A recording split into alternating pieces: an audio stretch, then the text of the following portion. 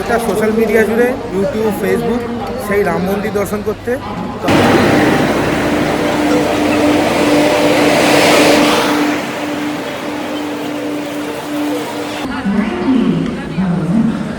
বেশ অনেকদিন পর এরকম মানে ওয়েটিং লিস্ট কাম আরএসি হয়ে যাচ্ছি। তো 2023 সালে যখন বেনারসে এসেছিলাম, গুগল সালে নেমেছিলাম, তো তখনও এরকম কেসই হয়েছিল, মানে পুরোটা প্ল্যাটফর্মে ধরেই। এই যে কালকা মেল আসছে পেছন থেকে ধাওয়া করতে করতে, এই কালকে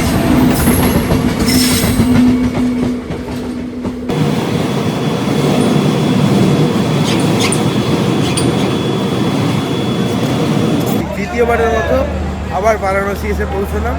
কথায় আছে যে ভগবান না টানলে ভগবানের দর্শন সম্ভব নয়। সেই কথাই শিরোধার্য করে আবারও একটি নতুন যাত্রায় আপনাদেরকে স্বাগত। তবে এবার হতে চলেছে ডবল ধামাকা। প্রথম ধামাকায় আমি আপনাদেরকে তৃতীয়বার দর্শন করাবো কাশী বিশ্বনাথ মন্দির।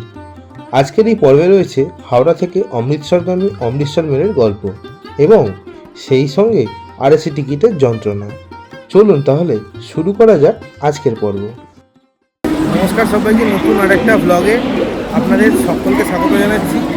আজ হচ্ছে 28শে মার্চ আর সময় হয়েছে এখন ওই 6টা বেজে 38 মিনিট। আর আমি আবার দাঁড়িয়ে আছি হচ্ছে হাওড়া স্টেশনের 9 নম্বর প্ল্যাটফর্মে। আজকে আমার জার্নি হতে চলেছে যে জায়গা আজ থেকে 2 মাস আগে প্রচণ্ড ক্রেজে ছিল গোটা সোশ্যাল মিডিয়া জুড়ে ইউটিউব ফেসবুক সেই রাম মন্দির দর্শন করতে। তবে আমি হাওড়া থেকে ডিরেক্ট রাম মন্দির যাচ্ছি না, আমি যাবো এখান থেকে হচ্ছে বেনারস পর্যন্ত, তারপর ওখান থেকে রাম মন্দির যাব। যাই হোক, আজ আমার বেনারস যাওয়ার সারথি হচ্ছে ট্রেন নাম্বার 13005 হাওড়া থেকে অমৃতসরগামী অমৃতসর মেলে। এখনও সময় আছে অনেক। অমৃতসর মেলে ছাড়ার সময় হচ্ছে সন্ধ্যে 7টা বেজে 15 মিনিটে। ট্রেন আসুক, ট্রেনে উঠে আপনাদের সাথে সমস্ত কথাবার্তা হবে। তবে এই ট্রিপে আমরা দুজন যাচ্ছি, আর এখানে একটা কেস হয়ে গেছে। একজনের টিকিট কনফার্ম হয়েছে, মানে আমার টিকিট কনফার্ম হয়েছে, আর একজনের টিকিট কনফার্ম হয়নি। যাই হোক, আর আজকে যাত্রা হতে চলে যাচ্ছে এসি 3টার ইকোনমি ক্লাস, মানে M1 যেটাকে বলে। অমৃতসর মেলে একখানায় এরকম এসি 3টার ইকোনমি কোচ আছে। আমি আপনাদের একটা কথা বলে দিই, ধরুন আপনারা যদি একটা PNR থেকে 2টো টিকিট কাটেন, তো যদি একজনের টিকিট কনফার্ম হয়, একজনের টিকিট যদি না কনফার্ম হয়, তাহলে সেটাকে আরএসি হিসাবে ধরা হয়। মানে আপনি আরএসির মতোভাবেই যেতে পারবেন, মানে দুজনে শেয়ার করে করে। এই হচ্ছে ব্যাপার। টিকিট ক্যান্সেল করার দরকার নেই। টিকিট যদি ক্যান্সেল করেন তাহলে কিন্তু ট্রেনে উঠতে দেবে না।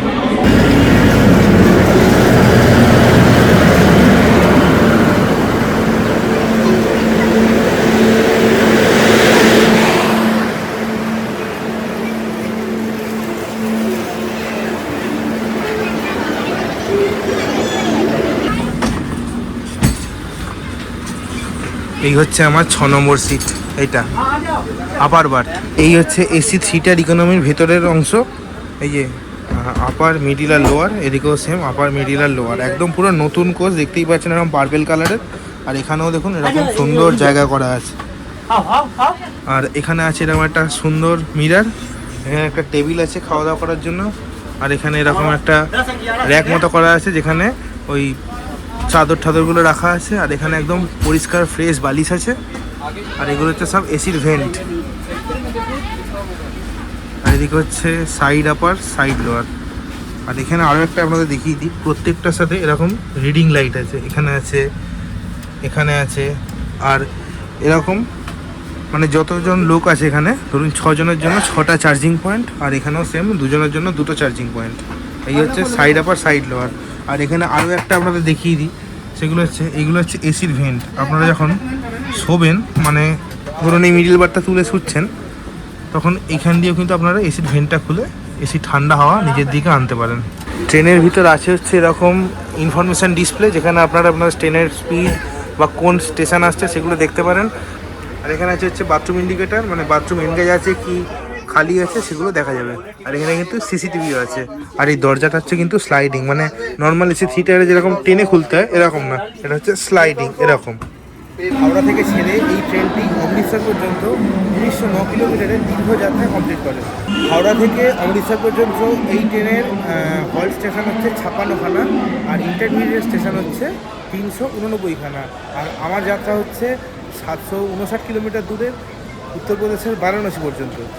এই ট্রেনে আছে 8খানা স্লিপার কোচ, আর 1খানা হচ্ছে আমার যে কোচটা এসি 3 টায়ার ইকোনমি, 5খানা হচ্ছে এসি 3 টায়ার, 1খানা হচ্ছে এসি 2 টায়ার, আর 1খানা হচ্ছে এসি ফার্স্ট ক্লাস, আর 1খানা প্যান্ট্রিকার, আর 3খানা জেনারেল আছে, আর এসএলআর আর রিওজি আছে। এই ট্রেনটা সপ্তাহে 7 দিনই চলে। আর এই ট্রেনটাতে প্যান্ট্রিকার, অনবোর্ড ক্যাটারিং, ক্যাটারিং তিনটেরই কিন্তু সুবিধা আছে। এই যে অমৃতসর মেল, অমৃতসর মেলের আগের নাম ছিল হচ্ছে পাঞ্জাব মেল, তারপর এটাকে আপডেট করে এর নাম করা হয়েছে অমৃতসর মেল। সিটার ইকোনমিতে আরও দুটো ফেসিলিটি আপনাদের দেখানো হয়নি। এই এসির ভ্যানগুলো তো দেখিয়েছিলাম, আর এই দেখুন এইখানে এই যে জল রাখার যে জায়গাটা, সেটা কিন্তু ফোল্ড করা যায়, মানে এরকম নামালেন, তুলে দিলেন, আবার এরকম নামিয়ে এই উপরে এটাকে খুললেন, খুলে আবার এখানে জলটা রেখে দিতে পারেন। এই যে এইটা হচ্ছে ইউএসবি টাইপ সি, মানে সরি ইউএসবি চার্জিং পয়েন্ট এটা, আর এখানে কিন্তু এমনি নর্মাল চার্জিং পয়েন্টও আছে। সময় সন্ধ্যে 7:15, আর আমাদের ট্রেন অমৃতসর মেল একদম রাইট টাইম 7:15 ছেড়ে দিল হাওড়া স্টেশন থেকে। চলুন বাবা বিশ্বনাথের নাম নিয়ে বেনারসের উদ্দেশ্যে রওনা দেওয়া যায়। জয় বাবা বিশ্বনাথ। হাওড়া ছাড়ার পর এই ট্রেনের প্রথম স্টপেজ হচ্ছে বর্ধমান জংশন।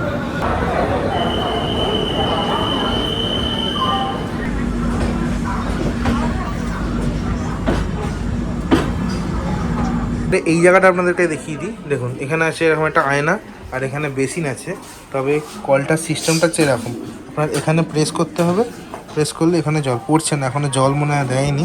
আর এটা হচ্ছে হ্যান্ড ওয়াশ। এখানেও কিন্তু সিসিটিভি লাগানো আছে, দুদিকে দুখানা, এদিকে একখানা আর এদিকে একখানা। এটা হচ্ছে ওয়েস্টার্ন টয়লেট, এই যে ওয়েস্টার্ন টয়লেট, আর এখানে এরকম এখানেও সেম সিস্টেম। এই যে এখানে প্রেস করলে জল, ওই যে পড়ছে জল, ওখানে হালকা হালকা জল পড়ছে, এখনো জলটা মনে হয় দেয়নি। আর এখানে এই যে হ্যান্ড ওয়াশ আছে, আর এখানে আপনার জামা প্যান্ট রাখতে পারেন। এখানে এরকম হুক করা আছে, এই যে লাইট, এখানে টিস্যু রাখার জায়গা, টিস্যু নেই। আর এটা হচ্ছে এই যে প্রেস, মানে জল এখনো জলটা দেয়নি বলে সেই জন্য, মানে এখনো জল আসেনি। আর এখানে হচ্ছে ওই জিনিসটা করে ওইটা মোছার জিনিস, আর এখানে হচ্ছে হ্যান্ড শাওয়ার, এখনো জলগুলো দেয়নি।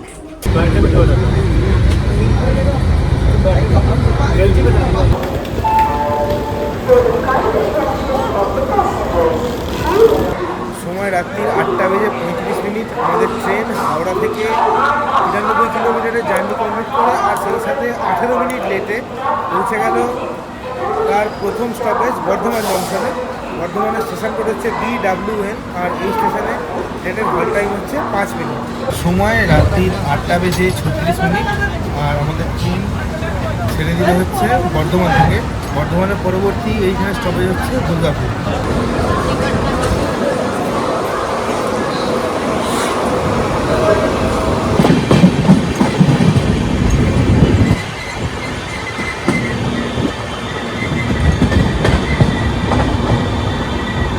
সময় রাত্রির 9:15। হাওড়া থেকে 156 কিলোমিটারের জার্নি কমপ্লিট করে আমাদের ট্রেন এখন এসে পৌঁছে গেছে হচ্ছে তার সেকেন্ড হল্ট দুর্গাপুরে। আর দুর্গাপুরের স্টেশন কোড হচ্ছে DGP, আর এই স্টেশনে ট্রেনের হল্ট টাইম হচ্ছে 2 মিনিট। দুর্গাপুরে কিন্তু আবহাওয়া দারুণ, বেশ সুন্দর হাওয়া দিচ্ছে। আর ট্রেনে যে ওই আপার বার্থাটা ছিল, ওটা একজনের সাথে ম্যানেজ করে এখন এসছি হচ্ছে সাইড ডোয়ারে, ওখানে দুজন ম্যানেজ করে থাকা যাবে। সময় রাত্রি 9:17, আর আমাদের ট্রেন দুর্গাপুর থেকে ছেড়ে দিল। দুর্গাপুরের পরবর্তী এইখানে সামনে হচ্ছে রানীগঞ্জ।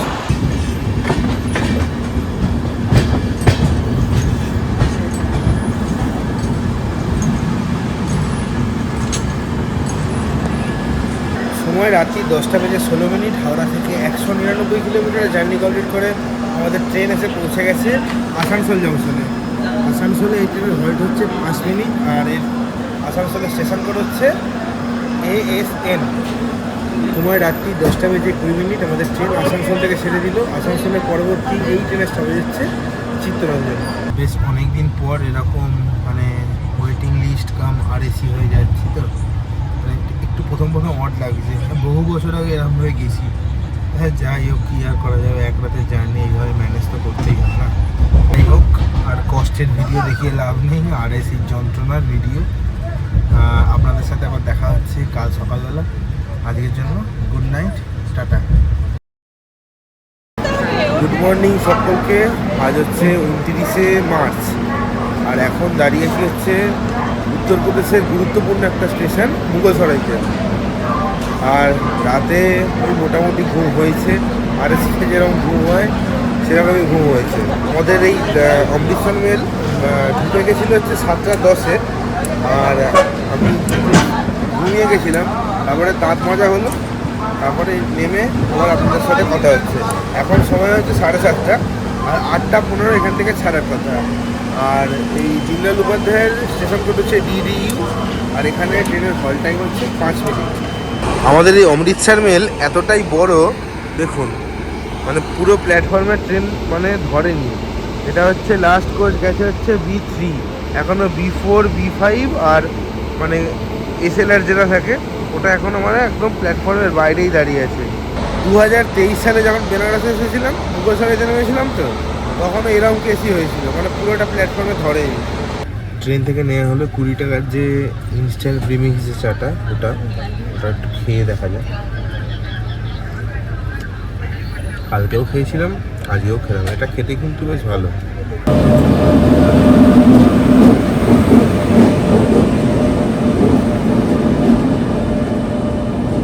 মুঘলসরাই স্টেশনের 7 নম্বর প্ল্যাটফর্মে ঢুকছে হাওড়া থেকে কালকা নেতাজি এক্সপ্রেস। এই কদিন আগে যখন সিমলা যাচ্ছিলাম তখন এই নেতাজি এক্সপ্রেসে করেই যাচ্ছিলাম, আর তখন এই অমৃতসর মেল দাঁড়িয়েছিল এখানে। মানে এটা ঢুকলো, এটা ছেড়ে দিল অমৃতসর মেলটা। আজকে দেখুন আমি অমৃতসর মেলে দাঁড়িয়ে আছি, আর এটা এখন ঢুকছে। সময় সকাল 8:15, আর আমাদের ট্রেন মুঘলসরাই থেকে ছেড়ে দিল। মুঘলসরের পরবর্তী এই ট্রেনের স্টপেজ হচ্ছে কাশি। আমাদের ট্রেনও ছাড়লো, আর সাথে কালকা মেলও ছেড়ে দিল। আচ্ছা, আমরা ঢুকে যাচ্ছি এই ডান দিকের লাইনটা দিয়ে, আর এই সোজা লাইনটা চলে যাচ্ছে হচ্ছে দিল্লির দিকে। এই দেখুন, এই যে কালকা মেল আসছে পেছন থেকে ধাওয়া করতে করতে, এই কালকা মেল একদম সোজা বেরিয়ে যাবে।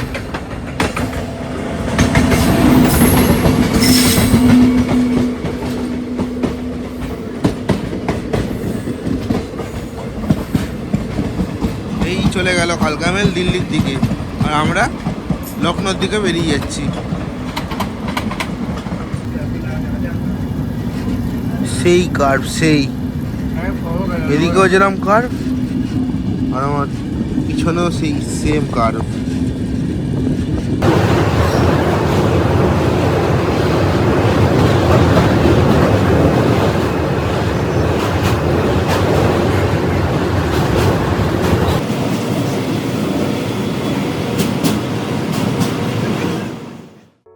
প্রাচীন ও ঐতিহাসিক শহর বারাণসী গঙ্গাবক্ষের উপর তৈরি মালভিয়া সেতু থেকে আমাদের স্বাগত জানাচ্ছিল দুহাত তুলে।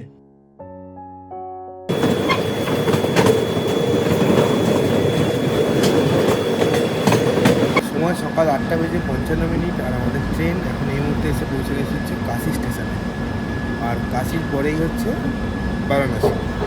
সময় সকাল 9:15, তৃতীয়বারের মতো আবার বারাণসী এসে পৌঁছলাম।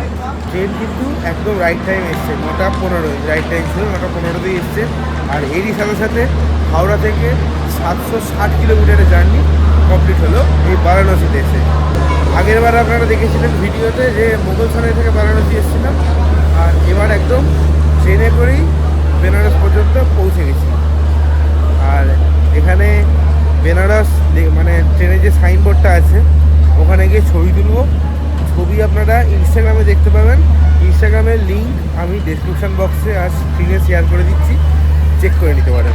এই হচ্ছে বারাণসী স্টেশন, কি সুন্দর স্টেশন দেখুন। আমার পিছনে হচ্ছে বারাণসী স্টেশন, আর এখান থেকে একটা টোটো বা অটো করে যা হোক করে চলে যাব হচ্ছে গদুলিয়াচক। এইদিকে হচ্ছে স্টেশন, আর এই যে এইদিকে দেখুন পুরো পার্কিং জোন, এগুলো বিরাট পার্কিং জোন। আপনারা এখানে কিন্তু চাইলে গাড়ি পার্কিংও করতে পারেন। স্টেশনের সামনে থেকে একটা টোটোয় উঠে বসে পড়েছি, বুঝতেই পারছেন টোটো দাদা, আর আমি তার পাশেই বসে আছি একদম সামনে। আর 20 টাকা করে ভাড়া, গদুলিয়াচকের 100-150 মিটার আগে পর্যন্ত ওখানে নামিয়ে দেবে। যেরকম আগের বার আপনারা দেখেছিলেন যে মুঘলসরাই থেকে ওই ময়দাগিন বলে যে ক্রসিংয়ে নামিয়ে দিয়েছিল, এটা হচ্ছে আমাদের মুঘলসরাই দিয়ে আছি, আমি এবার বেনারস দিয়ে এসেছি। তাই অন্য জায়গায় থেকে মানে অন্য জায়গায় নামিয়ে দেবে। আমি এখন এসে দাঁড়িয়েছি হচ্ছে গোধুলিয়া চকের সামনে, আর এই হচ্ছে গোধুলিয়া চকের মেন যে চকটা মোড়টা। আর এদিকে স্টেশন থেকে এলাম, আর এই রাস্তাটা সোজা গেছে হচ্ছে গঙ্গার ঘাটের দিকে।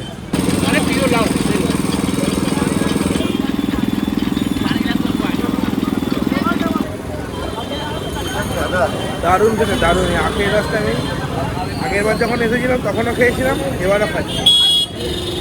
20 টাকা করে, দারুণ খেতে।